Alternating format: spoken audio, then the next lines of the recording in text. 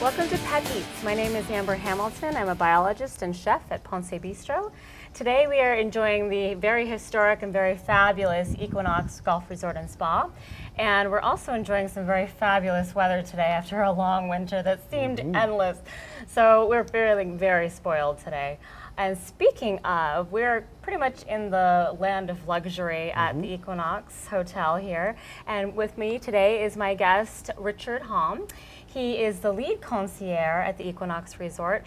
He's well versed in the history and the amenities and all the great things that the Equinox has to offer, as well as the very pretty much pampering expert, I would say. So we're going to be talking about traveling with your pets in this episode. And the Equinox allows pets, as we are discussing today. So I'm going to just have Richard elaborate a little bit on the different kinds of things that maybe would make the Equinox stand out in regards to traveling with your pets. So tell us a little bit about the Equinox and the history and how it got to the place that it did today, and how long the Equinox has offered pets to come stay with you guys. Well, thank you, Amber, for joining us at the Equinox. We have been a hotel and restaurant since 1769 when we were first the Marsh Tavern. And over the years, it was the birthplace of the American Revolution when Ethan Allen and some of his brothers and the Green Mountain Boys helped start financing their portion of the militia. Through time, we've developed into the Equinox House back in the late 1850s and have developed to the big luxury collection hotel that we have now. 195 rooms, all available for our guests and their pets as well. That's a lot of room. Absolutely. So unfortunately, we just started allowing pets back in 2008, and all furry friends that are dogs are more than welcome to join us. We do usually have a weight limit of about 75 pounds, but that can shift a little bit. So we've had everything from little toy poodles to large labradoodles to everything in between. Right. So do you allow cats, or is it just dogs? Just dogs at this current time. Yeah, right. Probably. I think there's probably a little bit more of the allergy thing with cats. I know I'm allergic to cats. Absolutely. Dogs are a little bit more, I think, more people-friendly in general. But so the kinds of things that people should possibly expect when they arrive at the Equinox, when they arrive with their poochies, what is the first thing that they would do necessarily? Well, the first thing they would do is they'd be joining us in our front circle of the hotel, where they'll be greeted by a number of our bellmen. And we have some terrific guys out there that will be more than happy to show their pets a nice little treat, organic treat that we have, or a nice cool bowl of water and a nice place for them to relieve themselves if need be after a long trip from New York or elsewhere. They need to feel comfortable and get checked in too. They get checked in as well as our guests do as well. Guests do as well. It's really important, and I know in the concierge and the entertainment world and the hosting world of that the Equinox is involved in with being a hotel. When people are traveling, they're traveling as long as the dogs are traveling, like you said, and so you need to take care of both needs, and we'll be discussing a little bit more about how you as your animal companion will be prepping your pet to be traveling. But that's one of the important things is when you arrive to a place is to have that be a very good experience right away, the first step into the door for your poochos, because that is going to make them feel, oh, I'm safe here. Absolutely. Because if they are in different environments, it might be a little intimidating, because pets, and especially pups, have smells, and they smell everything. And if it's new, they're going to be really in tune to that. So, so the other things about the Equinox is that there's actually a lot of different activities, and there's trails, and what are the things that your guests can do with their pets when they come here? Well, the best thing about the hotel is we have a beautiful 900+ acre preserve called the Equinox Preservation Trust. I run on those a lot. Okay. There's some fabulous trails there that they can walk on. There's a beautiful 10-acre stock trout pond where we do fishing lessons. We have corporate events and weddings there a lot. So many of our guests will take their dogs up to the Equinox Preservation Trust to walk their dogs. And it's a chance for them to get out in nature. A lot of these dogs are city dogs or more more metropolitan dogs, so to speak. So they have a chance to be out in nature, and nature is what we're known for up here. We're known for, that's right. The Equinox is definitely a place where you can have the experience of being pampered, but still you have this gorgeous mountain in behind and the fresh air. And so it's definitely an experience. It's important that you would mention that, because there are a lot of dogs that come up from the different cities that maybe necessarily don't have the luxury that our animals, my animals do, because I take my dogs all the time and they love it. So yeah, it's a fabulous little way to enjoy your time with your pet when you're here in Vermont. Now, if you had your pet and you didn't necessarily have an ability to take them with you, if you're going to be going to a restaurant, what are your options for your guests if they needed to leave without the pet? Well, sure. There are, the good thing is any pet owner should feel very secure in leaving their pets in their room if they would like to.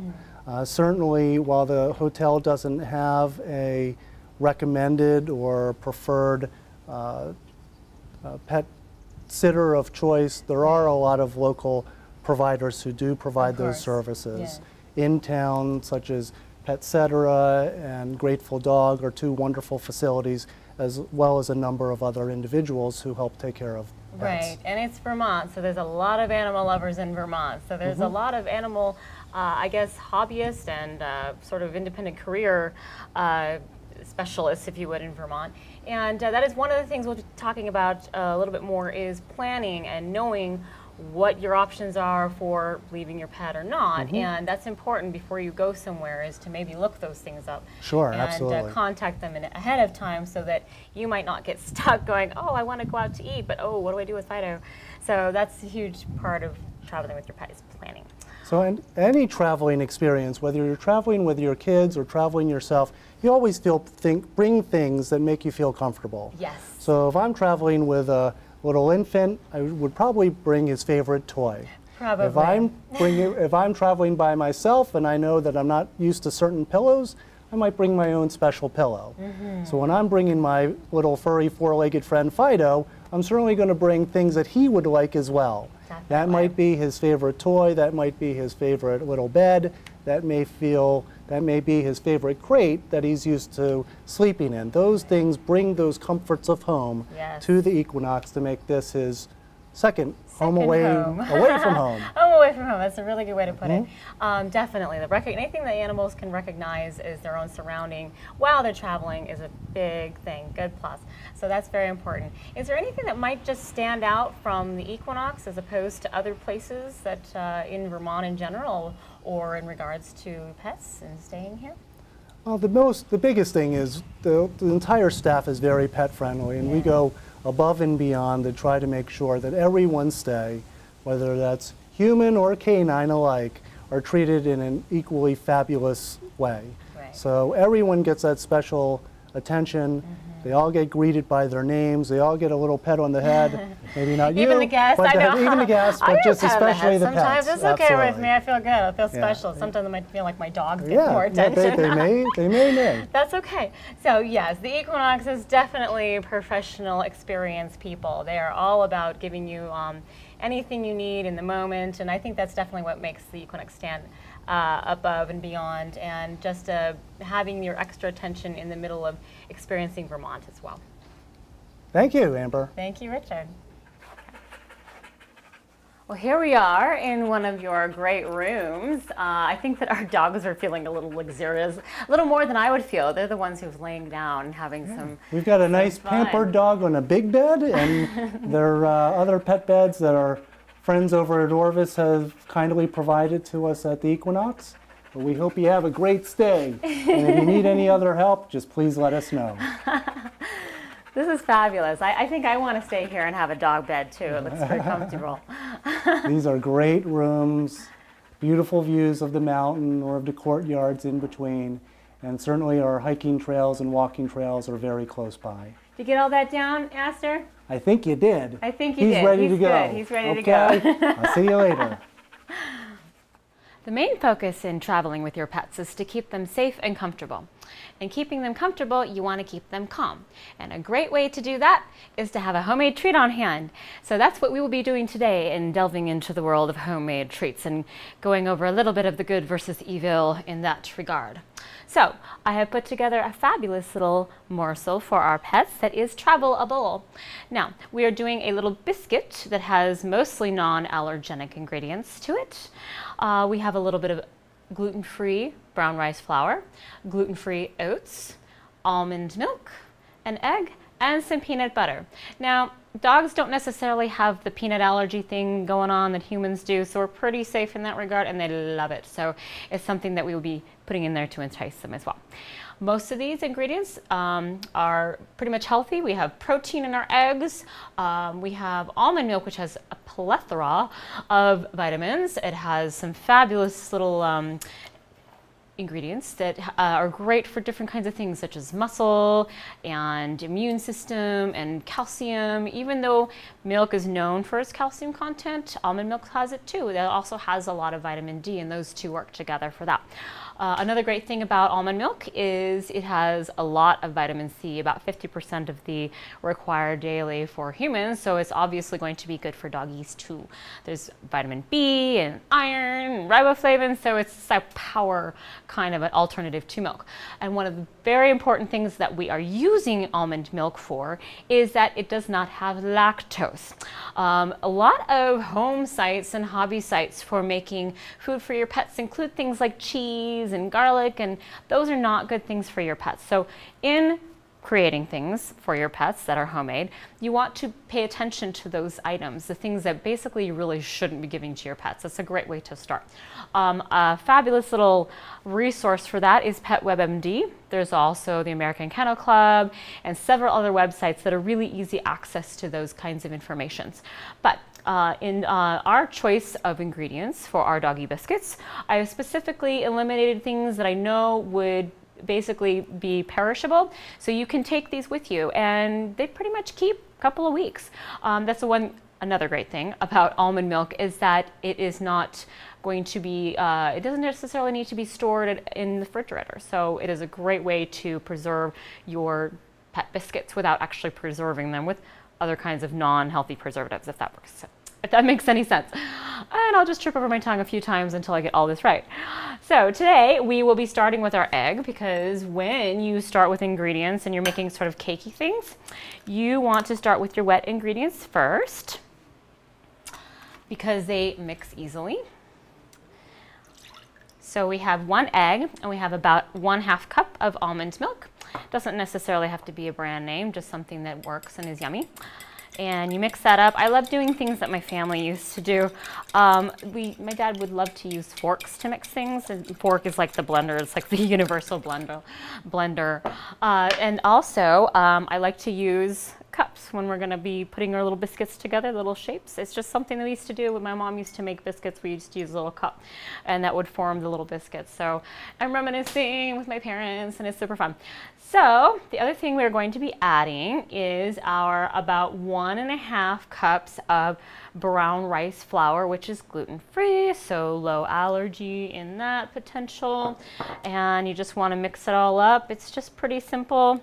You're making kind of a basic biscuit dough, but you have blended the almond milk and the egg, and the fatty acids that are in both of those ingredients will blend first, so that makes it easier to add your dry ingredients, so that actually can blend in a little bit better. And like you see, my fork is fabulous. It's awesome. It's my greatest tool. I don't know what it is about a fork, but it just sort of helps me to keep my fingers really more close to things. Sometimes when you put things in a blender or you have a gigantic whisk, you're just like fighting the whole world of what you're doing. So this is one of my favorites. So we've mixed most of that in there. Then what I'm going to do at this point is add our about 1/8 cup of gluten-free oats. And it's just going to give it a little bit of texture. And you kind of just work it in there. I'll work it in a little bit more with my hands.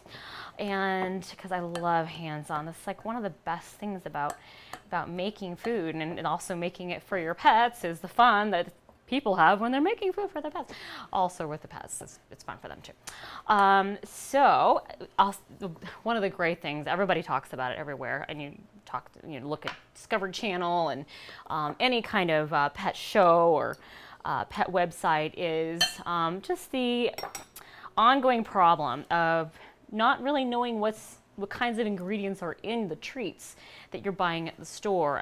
If you take the time to read, you can find out, but sometimes the items are not listed. I don't think that they're necessarily required to list all of the ingredients in these kinds of situations and the kind of foods that are provided in those packaged goods.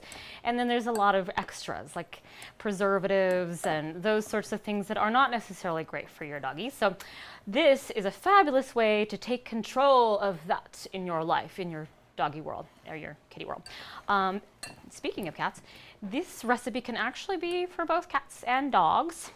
The main difference between cats and dogs is dogs are a little bit more flexible when it comes to their protein content versus their carbohydrate content. Dogs can go from 30 to 70% carbohydrate in their diet. They should really be higher in protein, at least 18 to 25%. Dogs can actually, if you think about it, their prey is mostly protein. If they were in the wild, Mother Nature gave predators a very meat-based digestive system. Cats are what you call obligate carnivores, and they require animal proteins. There is a specific protein called taurine, and in the cat world, most cat owners know of this. It is only derived from animal proteins, and cats do not create taurine on their own. It is very essential for vision and connective tissues and all sorts of great important things for your health for your cat. So, but there's nothing in here that is harmful for a kitty. But when I do treats for cats, it's usually a little bit more protein based. And we'll do something else on the next show probably for that. So I've just pulled out the dough a little bit and pushed it together. And then we're going to add a little bit more flour onto our little board. And again, I'm just into my hands, so I like to squish it. It's really fun. You can also use a roller if you want. I have bacon here too. If you really want to add some other kinds of things, you can. What I might do is actually just put little pieces of bacon bits in here so that when they come out, you can kind of see them. It's super fun. Like I said, making treats for pets is also supposed to be like super fun for humans. So it's sort of this interesting combination and balance that I have to do. When coming up with these recipes, I'm like, what's healthy for pets but super fun for humans? I don't know, let's figure this one out. So maybe do a little bit more, just forget the knife.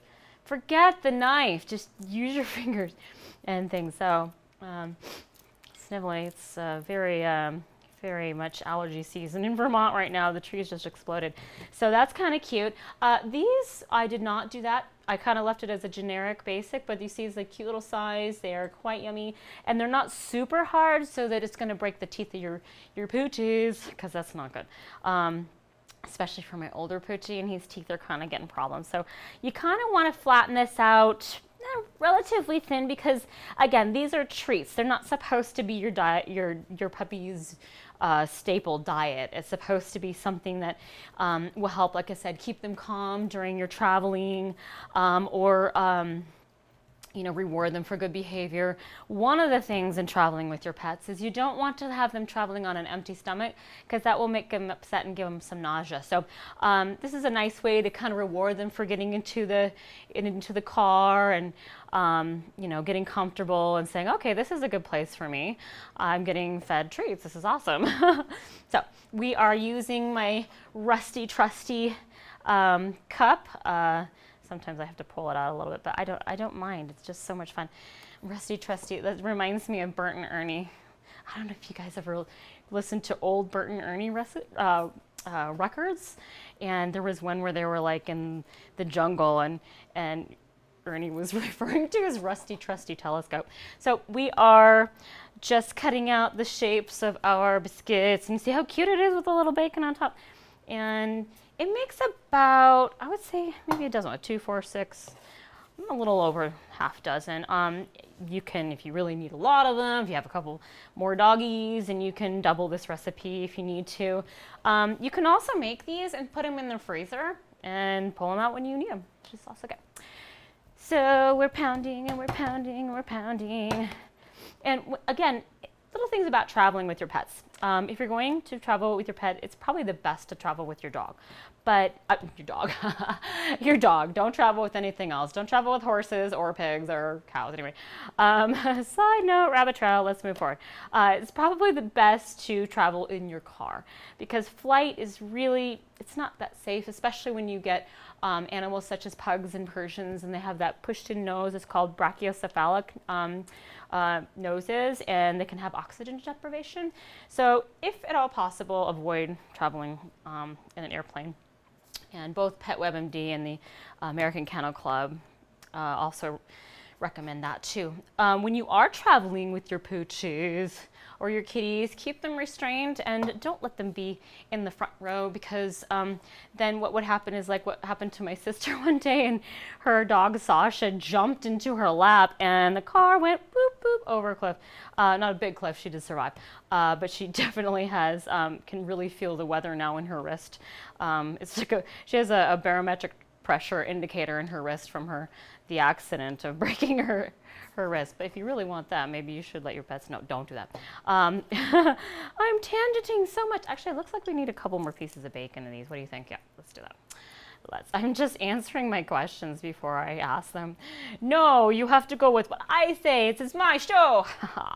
Evil laugh. Anyway, we're just kind of push them in there, press them in there. See all my little finger marks but these are definitely for extra little treats for the puppies. Now, if you're going to put bacon in them kind of the way I did, they probably would not have quite the shelf life. If you really need them to be traveling, you probably want to just do them sans bacon, but bacon is also yummy. And if you have an ability to keep them refrigerated and so forth, bacon is a great way because a little bit of bacon goes a long way. In puppies and so forth, in kitties, their olfactory senses are very important with what they're eating. They actually don't have quite as many taste buds as humans do. Interesting fact. So we are ready to transport them to the baking vessel, which has been lined with wax paper. Parchment paper is good. We're just putting them right on like this. Isn't that fun? I just love it. I mean, it's so cute. It just reminds me of being at home. Anything that reminds me of something that I got as a child or I learned from my parents or my grandmother who lived in Citrus Heights, California. I don't know, it won't go away. It's so great. Okay, so we're gonna pop this in the oven. And I did a little turning around. You didn't see my back too much. In they go. And we have preset our oven to 350. And this is a convection oven, and also in my restaurant, I do in a restaurant. The convection oven is great. It actually swirls the heat around and it cooks more evenly. If you don't, that's okay. Just put them on the middle rack, and maybe I would suggest maybe turning it up a little bit more. We have 350 for our convection oven, and it's about 10-15 minutes. And if you want them a little more crispy, you can go an extra 5, but they're done after 10-15 minutes, especially if you have a convection oven and it is swirling around and cooking very evenly. So, ta-da! We have mastered our little biscuits. As you can see, they're really super easy and great components to each one of these ingredients. I mean, peanut butter has a lot of fabulous vitamins in it too, but most importantly, the dogs love it. And that's pretty much going to be the only fat that is in these treats. You always want to keep low fat, low sugar as much as possible. But, you know, in making biscuits, you have to make them with some kind of carbohydrate. So these are the additions that we're going to do for today, and they're fabulous to pop them in a little bag, in a little carrier, and easy breezy, beautiful. Head them to your puppy, and your puppy's happy. And a happy puppy makes for happy people when they're traveling in their cars.